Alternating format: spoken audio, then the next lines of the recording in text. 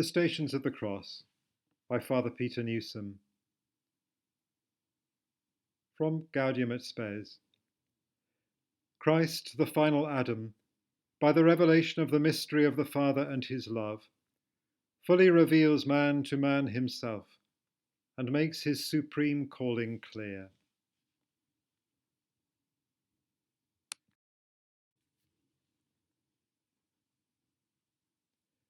The first station.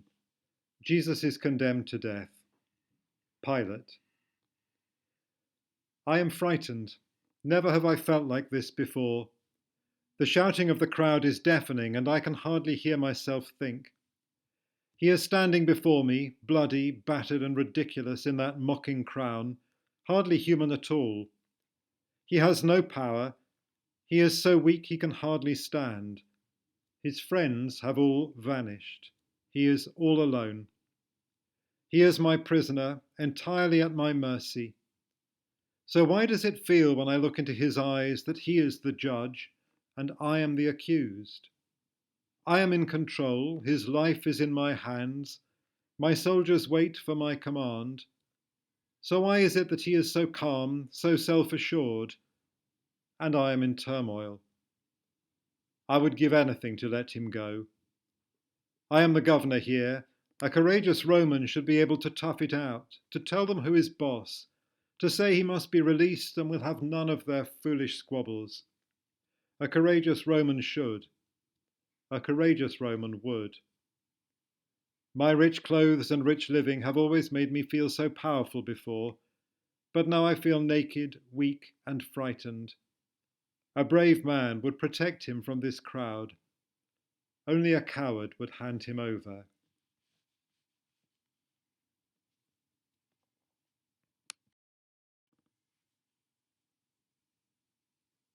The second station. Jesus receives the cross. Barabbas. A life for a life, his life for mine. If this strange and unsettling man had not walked into Jerusalem a few days ago, it would be me feeling the weight of that beam now, my back being gouged with rough splinters. Yet now I am free. I'm still not sure that I can believe it. A voice inside me cries, "Run, run before they change their mind." But I cannot. This man's life is tied to mine somehow, and I must see where the story will end. Every day I live now, I live because of him. I did not think that my life mattered all that much. I did not think it was worth much at all. But now the world looks different. It feels as if somehow he has drawn all the hatred, all the anger, all the fear out of them, and there is none left for me, so I can walk away. For the first time that I can ever remember, it feels as if I matter, as if my life is worth something.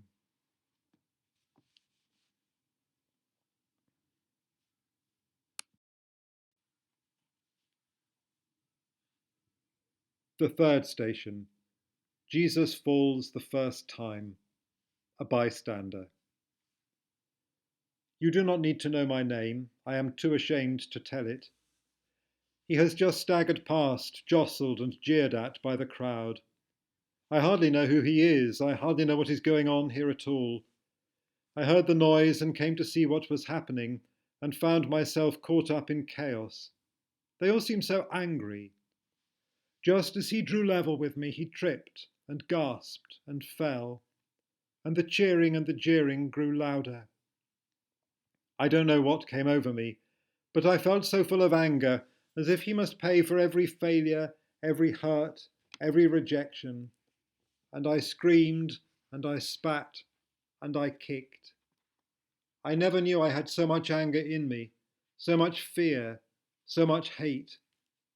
And I poured it all onto him while he just lay there. Now I feel empty, tired, and frightened, a stranger to myself. What have I become?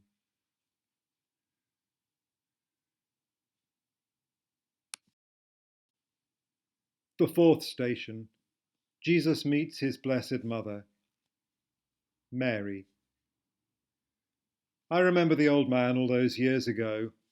He is destined to be a sign that is opposed, and a sword will pierce your soul. How sharp that sword feels! How can they hate my son, who I love so much? It is every parent's destiny that they, the first teachers of their children, will one day find they have become the learner and their child the teacher. But this lesson is too hard. My love for him is so great, but it breaks my heart that it is not enough. Not enough to cancel out all this hate.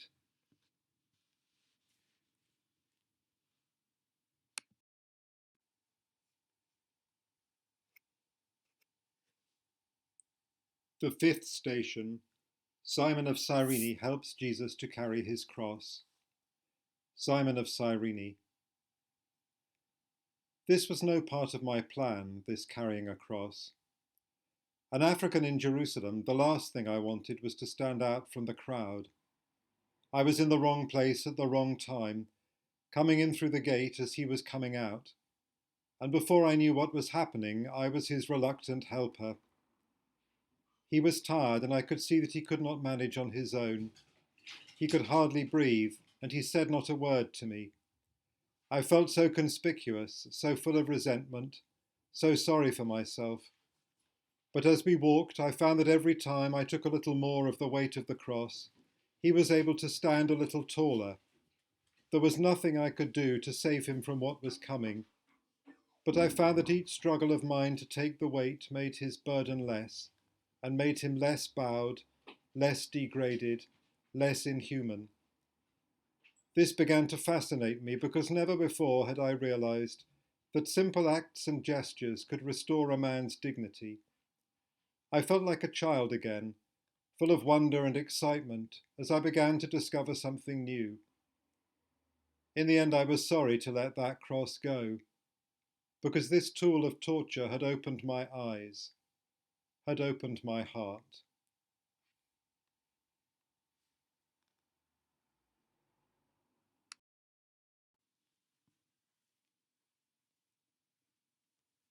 The sixth station, Veronica wipes the face of Jesus. Veronica. It hangs now on the wall, this piece of cloth that has become my most treasured possession. I have never thought of myself as particularly kind, particularly compassionate. I'm just an ordinary sort of woman with an ordinary sort of life. I can't say what it was that moved me so much that day. Something about his face, I suppose, that looked as if it concealed all the sorrows of the world. Never before have I made a dramatic gesture. Never before have I thrown caution to the winds. I nearly didn't do it. I nearly didn't have the courage, but something in that face spoke to my heart. It was like something I have never seen before that moved me to the very depths. But I have seen it since. I have seen that face in every lonely, sad, despairing person I have met since. Goodness knows there are enough of them, if you know where to look. The memory of that gratitude that came over the blessed face as I wiped it clean, the message I can see on the cloth today, is what drives me on, drives me to seek them out, those other suffering Christs, and to repeat time after time little acts of compassion. I have found my heart.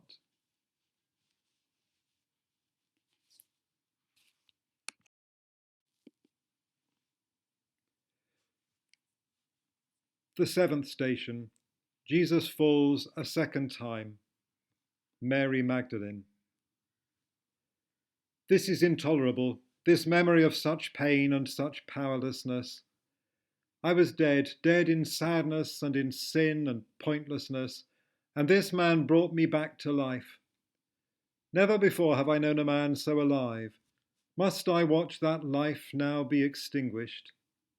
He lifted me up from the dust, gave me back my dignity, made me see that I am lovable after all, allowed me to stand tall. Must I now see him sprawled, exhausted on the ground? They are all so angry with him, it seems. Am I the only one who feels anger at a world that stands by and watches as this man, any person, is treated as if he were not human, as if he were a beast? or less than a beast?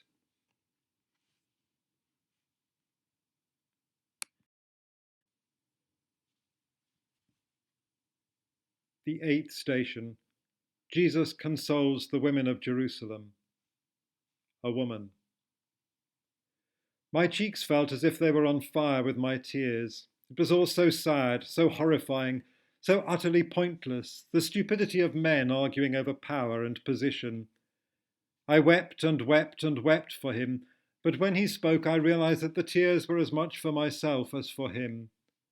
I was weeping for a world that was more cruel than I wished it, weeping for the world in which my children would grow up, weeping for humanity that could be so inhuman. How have we let this happen? How have we let them get away with this? For the first time I saw that this world I feel so scared of is my world too. All the attitudes and prejudices that make it like this have wormed their way into my heart too. Looking on at this intolerable procession, am I a victim or a perpetrator?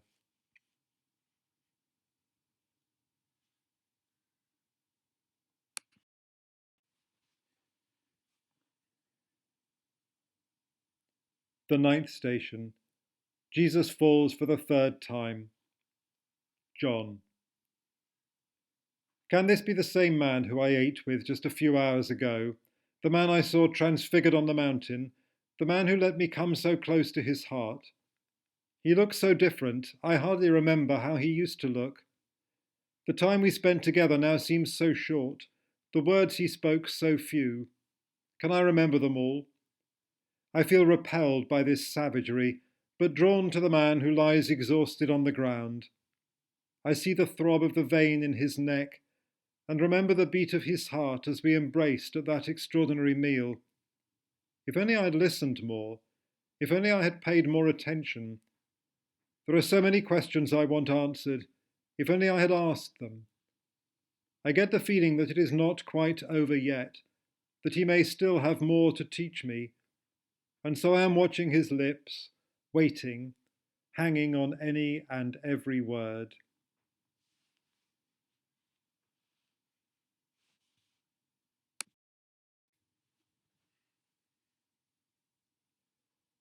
The 10th station. Jesus is stripped of his garments. A guard. Sometimes they struggle and fight with us, sometimes they beg, sometimes they cry. He just stood there as we stripped him, and I was grateful that he looked away. We took away the very last things that he had, until only life remained, and even that was fragile and almost gone. But he just stood there. I didn't feel sorry for him. I didn't feel pity. I'm not paid to feel. I've done this many times before, but there was something different here. He didn't cling to the clothes that we took, he just let them go. It was as if he didn't need them, and was almost pleased to see them gone. I'll never forget this killing. It had become just a job, just something you do, but this one unsettled me, and I don't have the taste to do another. Every other prisoner has seemed as if he were already almost dead. This one seemed more alive than any man that I have ever known.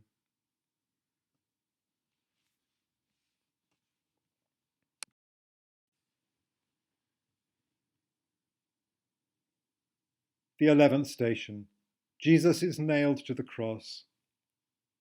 The good thief. This cannot last much longer. My death must come soon. An hour ago I was full of anger, resentment, and fear. How dare they do this to me? Why must I be punished when so many others are so much worse? What wicked twist of fate had brought me to this point? But this man nailed beside me is so different. I cannot see why they are killing him, and as I look at him I see how different he is from me. No one deserves to die like this. But while I am here for theft, he is here for healing. While I am here for taking, he is here for giving. And he has promised me paradise. It sounds so absurd, but something about him makes me think that it is true. Only minutes ago I was angry, oh so angry they were going to do this to me. Now I am angrier still. but it is all anger that they dare do this to him.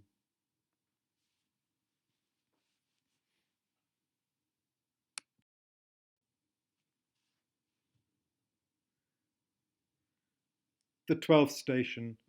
Jesus dies on the cross. A centurion. Orders are orders, and I do as I am told. If he must die, then I will see that he does. I can see them now, a whole succession of scoundrels and wasters, of no-hopers and crooks, who I have led out to the cross and dispatched without a second thought. This time was different, and we may have got this wrong. The things he said while he was on the cross were quite extraordinary. He didn't die like a criminal at all, and my conscience is uneasy. What did he mean? Father, forgive them. Before today I have never had a second thought, but as I walk away I feel glad of that forgiveness. It is not a word that I have heard often. In fact, I am not sure I have ever been forgiven before. It is a strange feeling, and it makes me anxious to get away from here, anxious to take off this armour and this crested helmet. Those two words are ones that I will never forget.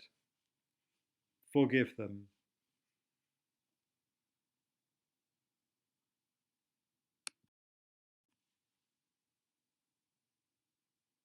The 13th station. Jesus is laid in the arms of his Blessed Mother. Joseph of Arimathea. This savagery was never my wish, never my intention. Those were lonely days when I followed him and listened to him preach. I went in disguise, exchanged my beautiful clothes for a servant's cloak, and I hid in doorways with my face covered. He fascinated me in a way that no other preacher ever did, and I could not keep away, but nor could I dare to let anyone see me there. I was scared of what people would say, scared of what people might do. I saw them scream and spit at him, and I could not bear what they might do to me. It was the sight of his journey to the cross that changed all that. Every insult was so bravely borne, every ounce of hatred calmly accepted. I am not a brave man, I thought. I could never do anything like that. But then I thought, he is a man, he can feel pain, he can suffer, be frightened, but he still carries on. Why should I be less than him? All my fear melted away, and so I went to Pilate. It is me, Joseph, I said, standing tall in front of him. Let me bury my friend. Now they all know where my sympathies lie, but I'm not frightened now.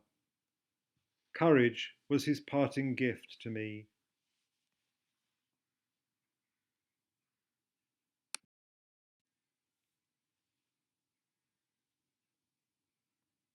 The 14th station. Jesus is laid in the sepulchre. Nicodemus. That first meeting with him was quite extraordinary.